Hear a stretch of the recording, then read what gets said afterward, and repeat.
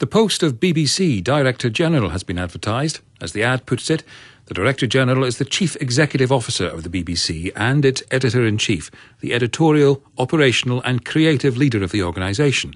Leading a significant global workforce, the Director General is responsible for the corporation's services in the UK and around the world.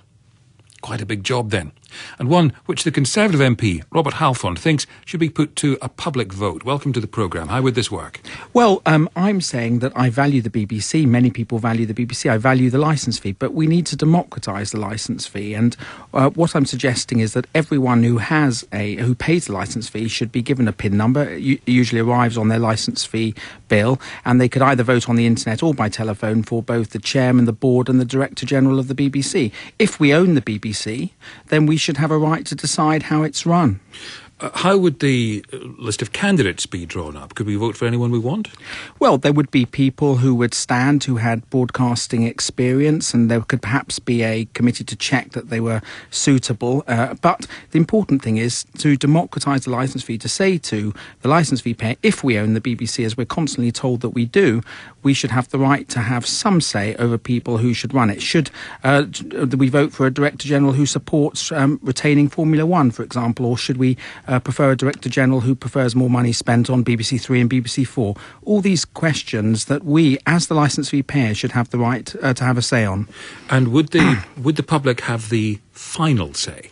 Absolutely. I mean, the whole idea of this is to democratise the licence fee. So the licence fee payer would have a vote on who should be the Director General, on the chairman of the BBC and on the board. And we vote in other areas of our public life. We're compelled to pay the licence fee. And as I say, I support that. I'm not trying to get rid of that.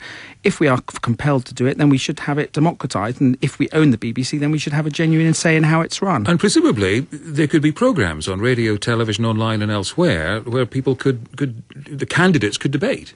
Well, exactly. And I think that would add to the value of the BBC, and I'm absolutely sure that millions of licence fee payers would tune in to watch those programmes and make their choice. The British people are very rational and very intelligent, and they would choose the best candidate could offer. Well, stay with us. Sir Christopher Bland is also on PM. He chaired the BBC Board of Governors from 1996 to 2001. What do you think of this idea? I think it's a really bad idea.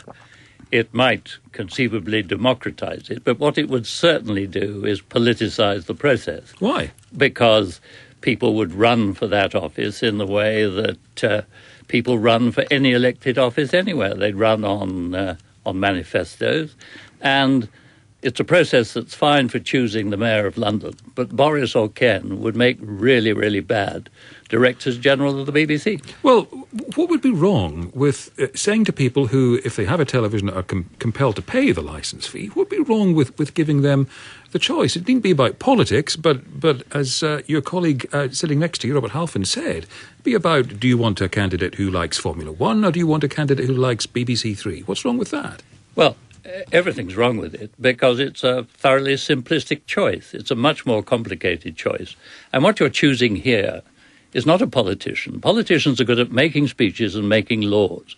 You're trying to choose somebody who is running an organisation that has a budget of roughly $4 billion, international in its scope, and it would inevitably draw it closer to politics. The great strength of the BBC is the clear blue water between it and the House of Commons and the House of Lords. And that's the great wisdom, by the way, of our politicians, is keeping that distance. This would inevitably pull it closer. All right, Robert Halfond. Well, Christopher, of course, ran the BBC as chairman very well, but he represents the establishment and the elite, and I expect him to say that the BBC should top echelon should be chosen by the great and the good for the great and the good.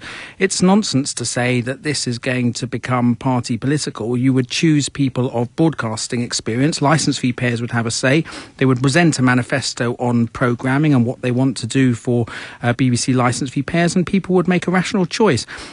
Christopher underestimates the intelligence of the British people, and it's something we should be proud of and support. And as I say, if we own the BBC, then it's our right to have a genuine say on how the BBC is run.